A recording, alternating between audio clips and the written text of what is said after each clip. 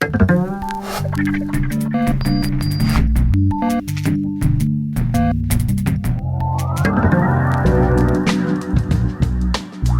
devenir professeur de coiffure, il existe deux voies. La première, par le biais de concours auprès de l'Éducation nationale et on devient professeur dans un lycée professionnel public. Ou bien, nous avons une autre possibilité, par le biais de ses propres diplômes de coiffeur, on enseignera ensuite dans le privé.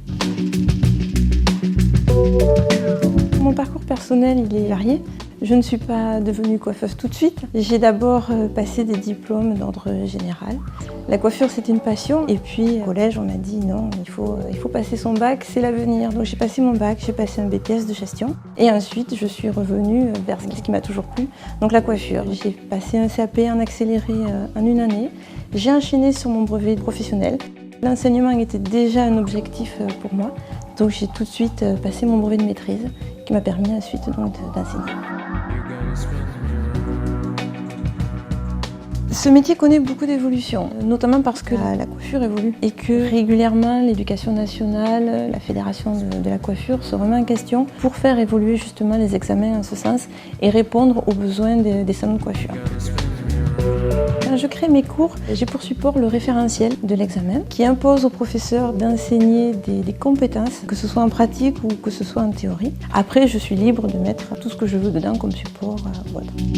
Je ne fais jamais la même chose chaque jour, que ce soit en théorie ou que ce soit en pratique. Étant donné que c'est un métier qui évolue beaucoup, chaque année je suis obligée de mettre à jour mes cours, de leur parler de tous les produits qui sont sur le marché, de leur parler des nouvelles tendances.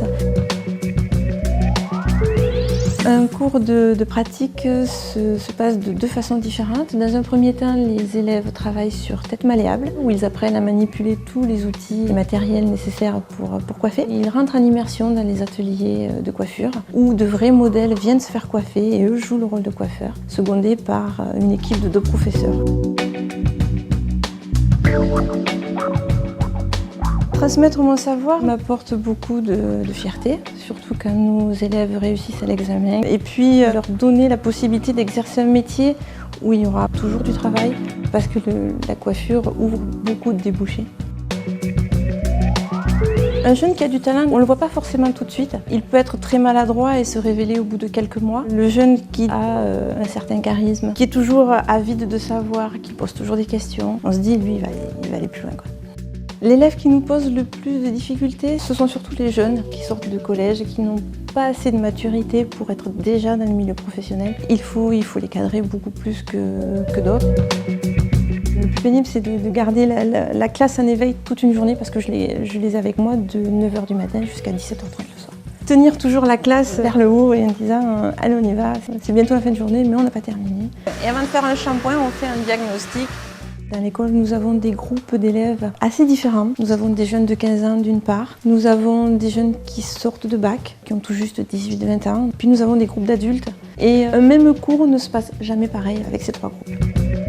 Les qualités fondamentales pour exercer ce métier, être passionné par ce métier de coiffeur, être un bon pédagogue, avoir de la patience, aimer le contact avec les jeunes.